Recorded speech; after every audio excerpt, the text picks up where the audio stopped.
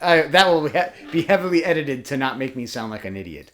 Welcome to the 15th Floor, a Radiohead reaction podcast where a Gen X father tries to convince his Gen Z son that Radiohead is the greatest band of all time by introducing him to Radiohead music one track at a time, where he reacts to the song for the first time, and I react for the umpteenth time and gush about it. It's been a long time since we've done a video because you might notice that it's been a while since we've uploaded because we were on vacation, right?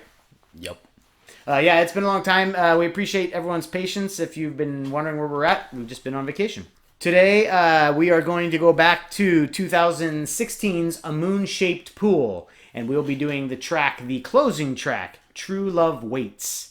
Jacob, do you know anything about True Love Waits? It's the closing track. It's the closing track of A Moon-Shaped Pool. True Love Waits is a song that fans waited for a long time. It first appeared in 1995-ish, while they were touring for the Bends, is the first time they played True Love Waits. So like a lot of great Radiohead songs, it's been around a long time until it was finally nailed down.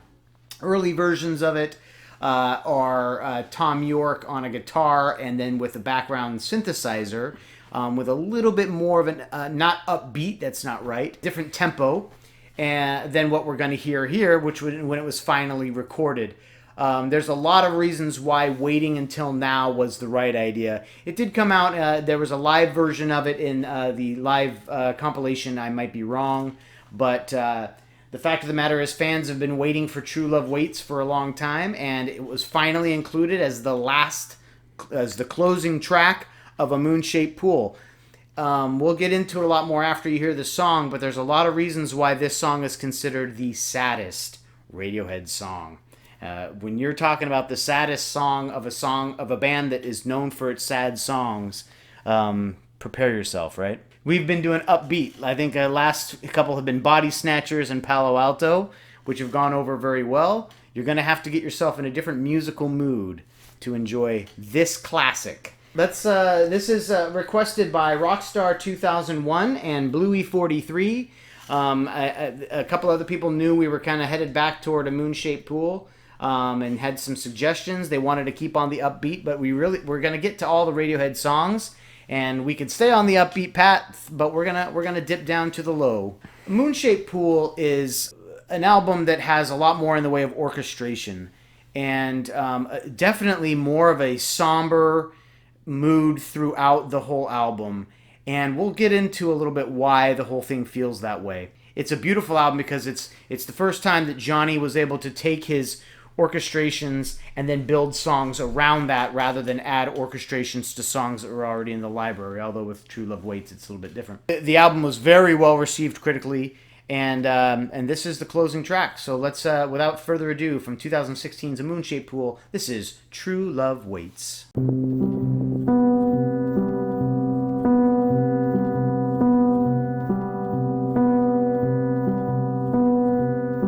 I'll try.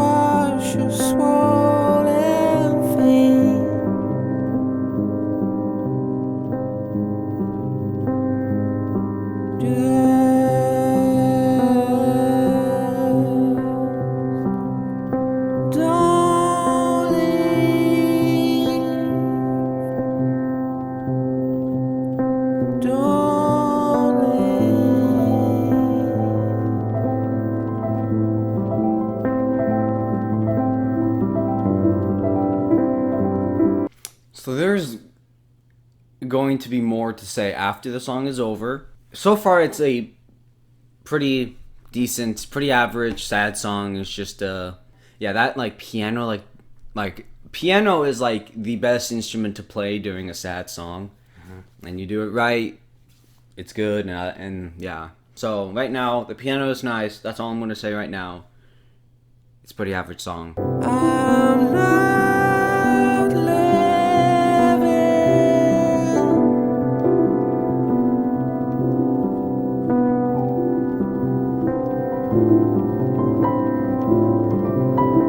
I'm just killing time.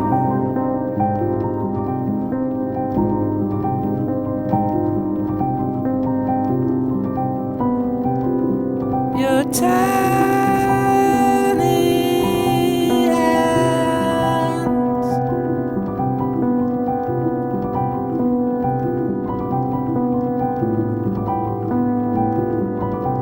your crazy kitten smile.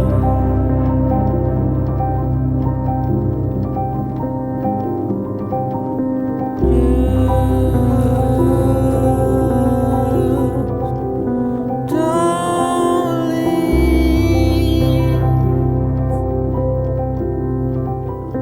Don't leave.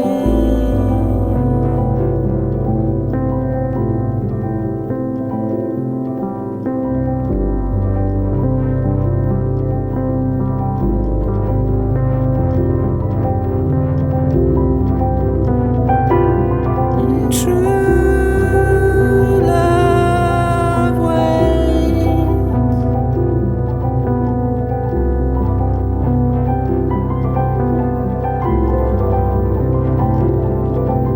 In haunted attics,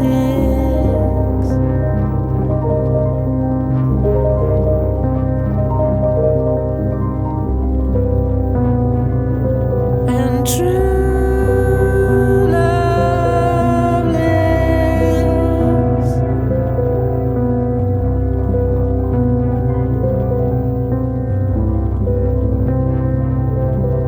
on lollipops and crisps.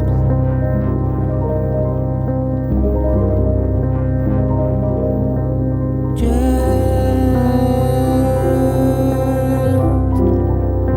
don't leave. Don't leave.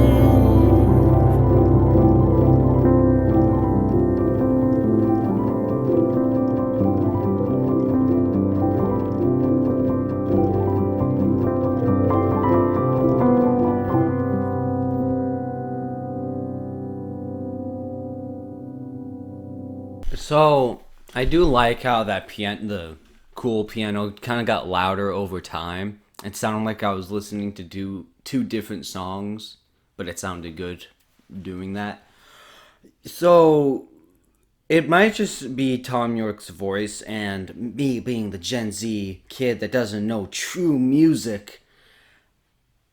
Who are you talking for? The people who say that Gen Z people don't know true music. I don't know True that- music can go in either way for a lot of people. Imagine Dragons' new album. Yep, I'm talking about them. Get ready to type in hate comments down below. No one ever does that. So the new album, Mercury, Act 1, it is their most, I don't want to say diversely emotional album, but it's definitely their most emotional. And Dan Reynolds, when he sings, you can tell what emotion he is in. Tom York, maybe I just need to listen to more Radiohead stuff so I can tell differences. But this, like, just the way he sings is kind of like the same for any other song. And it's really, maybe every other song's supposed to be sad. But this wasn't, when I was listening to this, I didn't, like, I can see why people would say this is the saddest song, but I didn't feel like this is the saddest song. It's still a decent song.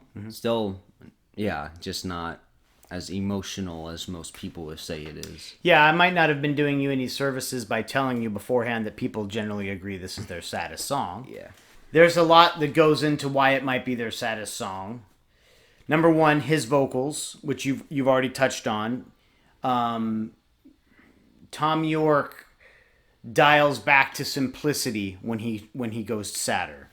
which means the vocals have to, the recording of the vocals has to get very clean and very precise. And you can hear it very well here. You can hear crackling in his voice. If you can imagine, you know what Tom York looks like, but for Radiohead fans, we know exactly what he looks like singing this song.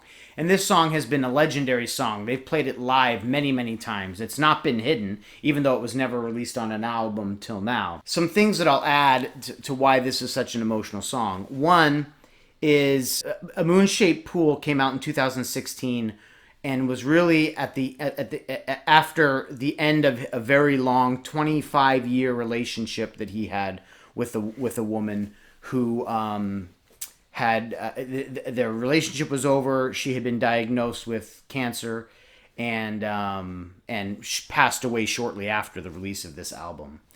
And they've had a couple of children together. They've spent a lot of their lives together.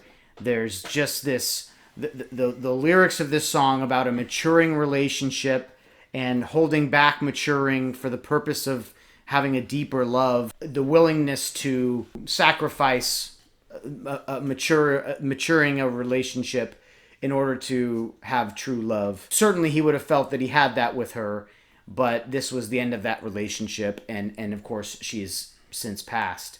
And that's the mother of his kids, and that's an emotional thing. And I think now this song means so much more than it did even in early 2000s when they were making it a regular part of their live rotation. So I think for fans, we feel the pain that Tom York must be feeling when he sings "Just Don't Leave, Don't Leave." It's a lot more than just a love song, which Radiohead doesn't do very often, love songs, and especially such direct love songs. Another thing that has been pointed out is that the album, A Moon-Shaped Pool, the first line in the entire album begins with the word stay in Burn the Witch.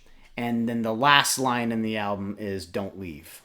And there's kind of a theory out there that this is a plea to Radiohead on behalf of the fans to not leave because they're wrapping up their careers probably, even though they've now done The Smile and they've released Kid Amnesia, which is just a compilation, which is just Kid and Amnesiac and some B-sides from that era. But this is their last studio album to date, and it's been 6 years since this album.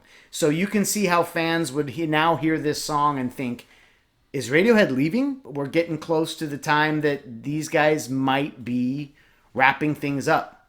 And so it adds a layer of sadness that this could potentially be the last song on a Radiohead album. Yeah, I'm not a huge Radiohead fan, so I don't completely know the whole... Well, you just told me the whole story, but I wasn't there when it happened. And That's right. And this song is older than all that, so it's impossible to say this song has always meant that.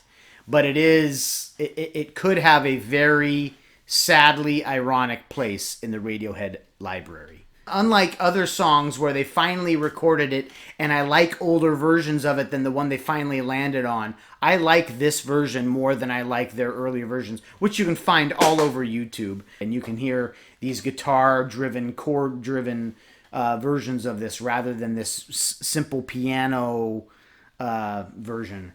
I will say, as a Radiohead fan, and I've got to say, I'm in a weird way kind of emotional about this song, and I'm an emotional person anyway. But I would think it would be a beautiful way to wrap up their career. You're not going to hear this song on your playlist and go, "Oh yeah, True Love Waits, great." You want to be in a mood. When I was a teenager, I used to have a series of songs that I really enjoyed listening to when I was in that mood. Needless to say, Everybody Hurts by REM was a prominent feature in the Self-Induced Misery Fest. And but I mean, I just liked sometimes being alone and listening to these songs that just took me out of whatever was going on in my life. And this one certainly is included there. But I think this version is even more powerful and more sad. If you were to give it an initial score just based on your first reaction, what would you give True Love Waits? Probably a 6. Okay. A 6 is still it's still fine. Yeah. It's a perfectly fine song. Yeah. Yeah. Let's see what the little kids thought of it. He really latched onto the word wait. So there's a person walking out into the middle of a road with a car about ready to hit them. The sign says wait or cross, and he circled wait. And then, of course, the guy with the sad face is telling his friend to wait. There's a car coming. True love waits. It does not cross the street when a car is coming. And her picture, she definitely felt the mood a little bit more. Those are teddy bears. What does that say? Once upon a time, one bear loved another, and both got Married. married. Is that right? The end. And yes, they did date. They and did lived date. happily ever after. True love from those teddy bears. Yep, they did date. Yes. Just in case you were wondering. And yes, they did date. You know, what are his lyrics about? Yeah, they're a lot about... the first verse is very bizarre, and it's hard to tell if that's from his perspective or from a female's perspective. But it's really about sacrificing growing old in order to feel true love. What is amazing is how often they played it live. You wouldn't think that would be something that people would be like, oh yeah, I hope they play True Love Waits. But then in the mid-2000s, they kind of used it as a kind of a slightly different version as an intro to Everything in Its Right Place. Kid Amnesia does have a version of this with the Polk kind of background. Anyway, very techno version, very strange version. But I'm glad this is the version they landed on. From our last video, it's been a long time because we did the kind of the review and favorites video. But before that, we did Palo Alto. One of the comments from that video from Airbud Poo Poo Poo. Eventually, I eventually had to choose one of his comments or her comments. And this is the one. That discussion about the Beatles towards the end really threw me off. Speaking of the Beatles, maybe try reacting to some of their songs if Jacob already hasn't listened to them. Or maybe even Pink Floyd. Those would really bring in the views. I agree. So I really do enjoy the Beatles, but I can't gush about the Beatles the way I can about Radiohead and Pink Floyd. Pink Floyd, that's a real option because you don't know a lot of Pink Floyd. I mean, you probably know less Pink Floyd than you know Radiohead, maybe. But I know Pink Floyd from the Syd Barrett years all the way until the basically when David Gilmour was doing whatever he wanted to with the name. And that would be a fun thing to do. Obviously, sooner or later, we're going to run out of Radiohead songs to go over. So certainly I'd love to introduce you to some Pink Floyd songs in a similar way. I will say, though, that I don't have the same kind of weird, crazy knowledge that sticks with me about Pink Floyd songs the way I do about Radiohead songs. I can almost remember everything I've ever read about a Radiohead or heard somebody comment just because, I don't know, I feel like I've gone further down the rabbit hole with Radiohead in my lifetime. Whereas Pink Floyd was really a lot before my time. I was born about the time that The Wall came out. And so I've enjoyed Pink Floyd as in a retrospective way, which is the way that you would enjoy Pink Floyd or Radiohead. Whereas Radiohead, I lived it, and so that's a little bit different. But I would really enjoy that, and I've always put Radiohead and Pink Floyd very much similar in my respect for them as musical producers. We're ready to move on. I don't know where we'll go next. Might be time to go back to Hail to the Thief, or maybe even Amnesiac. I think we've only done one song from Amnesiac. Is that right? Yeah, we might have to go back to Amnesiac. Maybe we'll dive into some Knives Out or something like that. So let us know where we should be going in the next couple of videos. We did have a comment though where someone said something about us talking was annoying or something like that. It's like, well, you do understand you didn't click on a Radiohead video, you clicked on a reaction video. My advice to you, if you don't like us talking, I understand that we're not very entertaining. Just go to Radiohead's page and you can hear the song completely uninterrupted with nobody's opinion whatsoever. I highly recommend that if you don't like to listen to people talk. But for those of you who enjoy listening to us talk, we appreciate you very much. Thank you for your kind comments. Please like, subscribe, click that notification button so you can know when we released a new video. And continue to love one another. Keep listening to music together. You're now leaving the 15th floor.